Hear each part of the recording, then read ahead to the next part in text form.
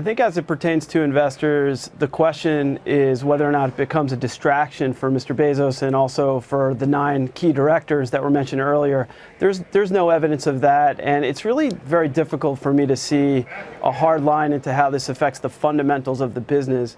I will agree that the quarter there was some deceleration in key high-margin business lines, but I think as it relates to all of the news and the indiscretions of Jeff Bezos, I think the biggest thing, perhaps, for shareholders is around the divorce, because if there were a 50-50 separation of assets, his ex-wife would have 8% of the shares. And I think it is a question for investors as to what becomes of those shares.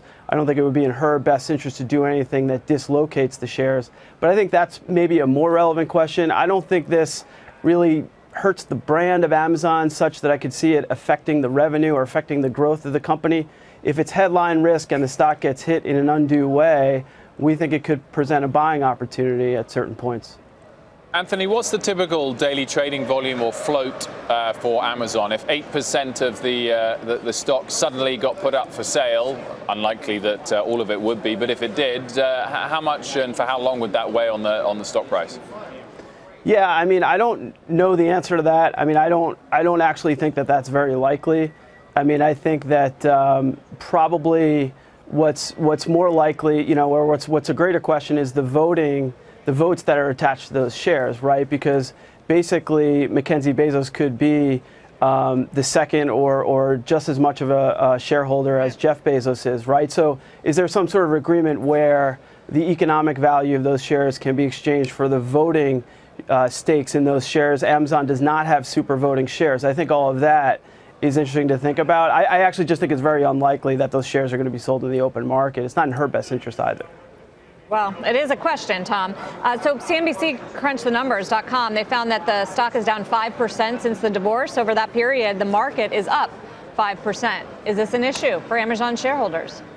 Sure. So here are the 3 reasons I don't see it as an issue for shareholders of Amazon. So number 1, and most importantly, hopefully by now the shareholders of Amazon have the trust of Mr. Bezos to the extent that he's succeeded in converting his vision, and they've been well rewarded for backing him for all these years.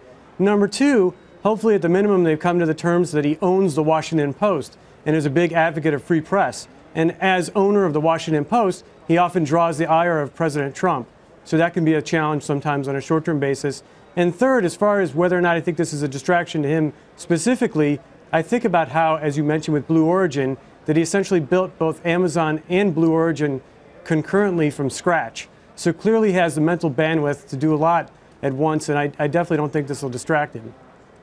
Tom, while we again don't expect this particular outcome, I'm just interested to know what premium do you think is in the stock because Jeff Bezos is CEO? If for whatever reason he wasn't still at the company, how much would we see the share price pull back?